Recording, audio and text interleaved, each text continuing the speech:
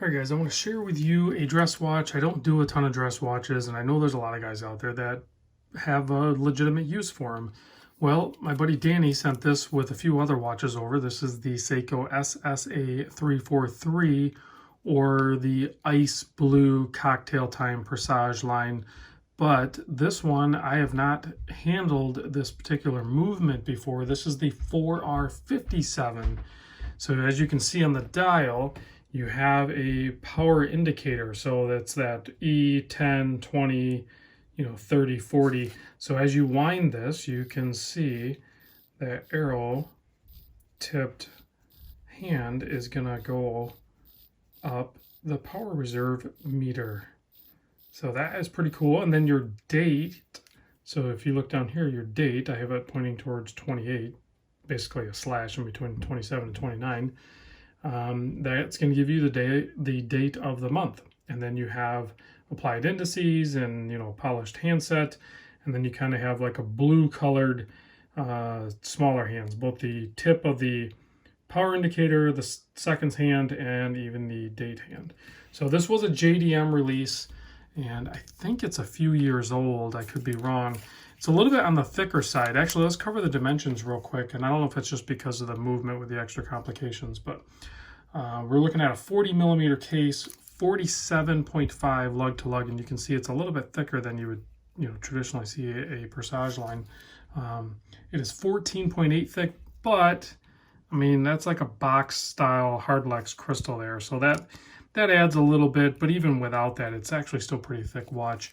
20 millimeter lug width here. Crown is a non-screw down signed crown at 6.8, and then you have this shiny padded, like almost violet, like ink blue or something, I guess, strap with a nice clasp system here. So if we pop this guy on wrist, I'm not going to size it or anything, but you can see there on my 7 1/4, if you were going to wear a dress watch, this one would work fine.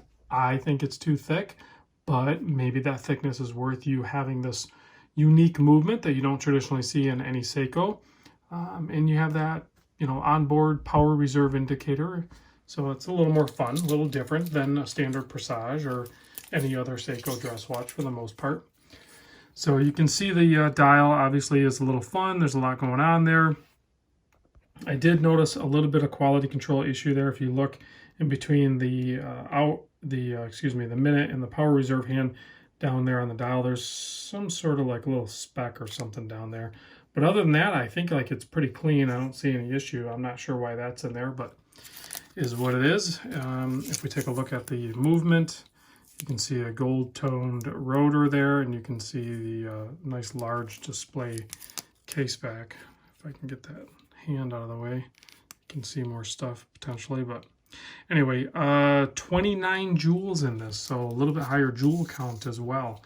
And then there's no lume, so there's no sense in shutting the lights off. But even in low light, you're going to get a lot of reflection off the chamfered and polished handset and indices. So pretty fun overall. I think it's a good looking watch. I think the retail price on it back in the day was $575. Actually, there it is on the hang tag. So I'm not sure what they're trending at right now. I don't know if there's a following for these. I'll have to do some research on that. But it's still cool. It's very fun looking, and it's different. It's not the norm that you see in the Presage line, and maybe that's what you're looking for. If that's the case, there are, I think, a few other colorways of this one.